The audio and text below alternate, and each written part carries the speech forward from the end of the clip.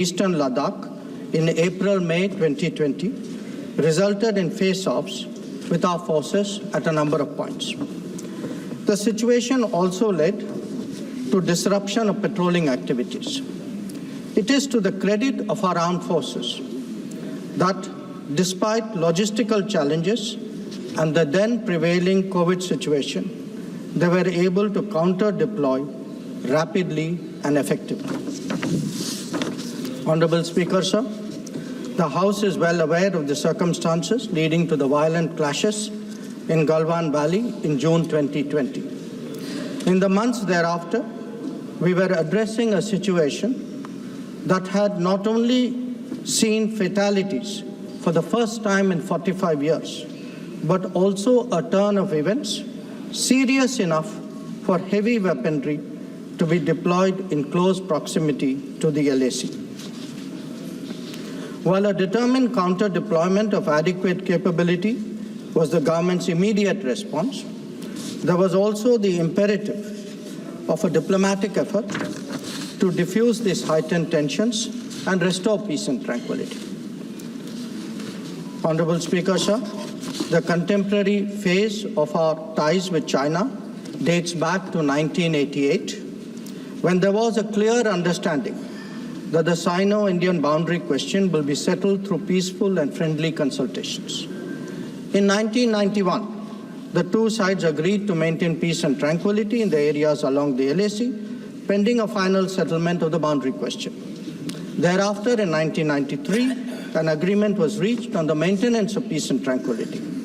Subsequently, in 1996, India and China agreed on confidence-building measures in the military field. In 2003, we finalized a declaration of principles of our relations and comprehensive cooperation, which included the appointment of special representatives. In 2005, a protocol was formulated on modalities for the implementation of confidence-building measures along the LAC. At the same time, the political parameters and guiding principles for the settlement of the boundary question was agreed to. In 2012, a working mechanism for consultation and coordination, WMCC, was established, and a year later, we reached an understanding on border defense cooperation as well. Speaker, sir, the purpose of my recalling these agreements is to underline the elaborate nature of our shared efforts to ensure peace and tranquility, and to emphasize the seriousness of what its unprecedented disruption in 2020 implied for our overall relationship. The situation arising after our counter-deployment in 2020 called for multiple sets of responses. The immediate priority was to ensure disengagement from friction points so that there would be no further untoward incidents or clashes. This, sir, has been fully achieved, as I will explain. The next priority will be to consider de-escalation that would address the massing of troops along the LAC with associated accompaniments. It is also evident that the management of border areas will require further attention in the light of our recent experiences. In all of this, we were and we remain very clear that the three key principles must be observed in all circumstances. One, both sides should strictly respect and observe the LAC. Two, neither side should attempt to unilaterally alter the status quo. And three, agreements and understandings reached in the past must be fully abided by in their entirety. Honorable members would appreciate that as a result of the sustained tension and specific developments in the border areas, our overall relationship with China was bound to be impacted adversely. In the new circumstances, it was obviously not possible to continue the normal exchanges, interactions, and activities as in the past.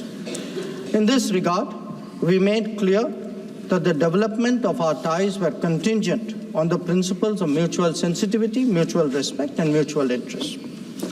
Throughout this period, honorable members would also be aware that government has maintained that India-China relations cannot be normal in the absence of peace and tranquility in the border areas.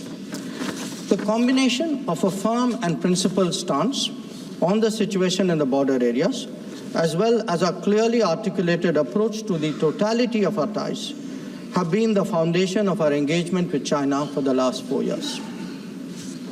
We have been very clear that the restoration of peace and tranquility would be the basis for the rest of the relationship to move forward. Since 2020, our engagement was therefore focused on these objectives. This took place at various levels involving different arms of the government.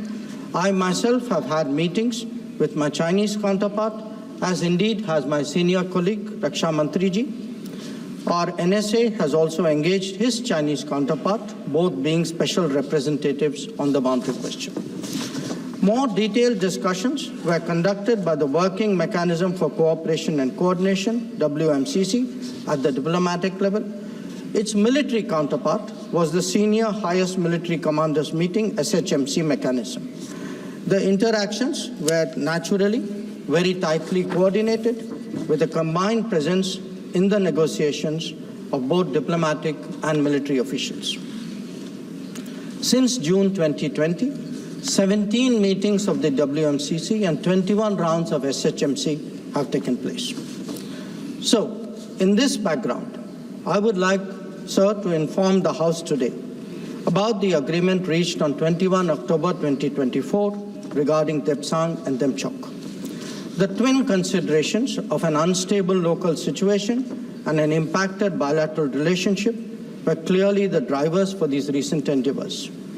These two areas have been the focus of our discussions in both WMCC and SHMC with the Chinese side since September 2022, when the last disengagement agreement was concluded at Hot Springs area. In the lead up to the October 21 agreement, I had discussed both the specific disengagement issue as well as the larger relationship with my Chinese counterpart in Astana on 4 July and Vientiane on 25 July. Our national security advisors, ours and the Chinese, met in St. Petersburg on 12 September, and the problem in these two areas pertained primarily to obstructions of our long-standing patrolling activity. In Demchok, there was also the question of access by our nomadic population to traditional grazing grounds, as well to sites of significance to the local people. As a result of this recent understanding, arrived at, after intensive negotiations, resumption of patrolling to the traditional areas is underway. It was initially tested by sending out patrols for verification of disengagement on the ground and is being followed up by regular activities as per the agreed understanding. Following the October 21 understanding, Prime Minister and President Xi Jinping had a meeting on the sidelines of the BRICS summit in Kazan on October 23. They welcomed the understanding and directed the foreign ministers to meet and stabilize and rebuild the relationship. The special representatives are also to oversee the management of peace and tranquility, besides exploring a fair, reasonable, and mutually acceptable solution to the boundary question. In pursuance of that, I recently held discussions with Foreign Minister Wang Yi again on the sidelines of the G20 summit in Rio de Janeiro on November 18th. Raksha Mantriji has also met the Chinese Defense Minister Dong Jun at the ASEAN Defense Minister ADMM Plus meeting in Vientiane on November 20. The two ministers discussed progress on the recent agreement on disengagement, the need to address de-escalation, and the requirement of strengthening confidence-building measures. They agreed on the importance of continuing meetings and consultations at various levels. Sir, the House will remember that on October 21, the House will remember that the October 21 agreement is the latest in the series of an understanding in regard to the resolution of the situation at various friction points in eastern Ladakh. In the aftermath of the events in May-June 2020 and the initial disengagement in Galwan Valley in July 2020, there was a foreign ministers meeting in Moscow in 10 September 2020. The government's position at that time was that the immediate task was to ensure comprehensive disengagement of troops in all the friction areas.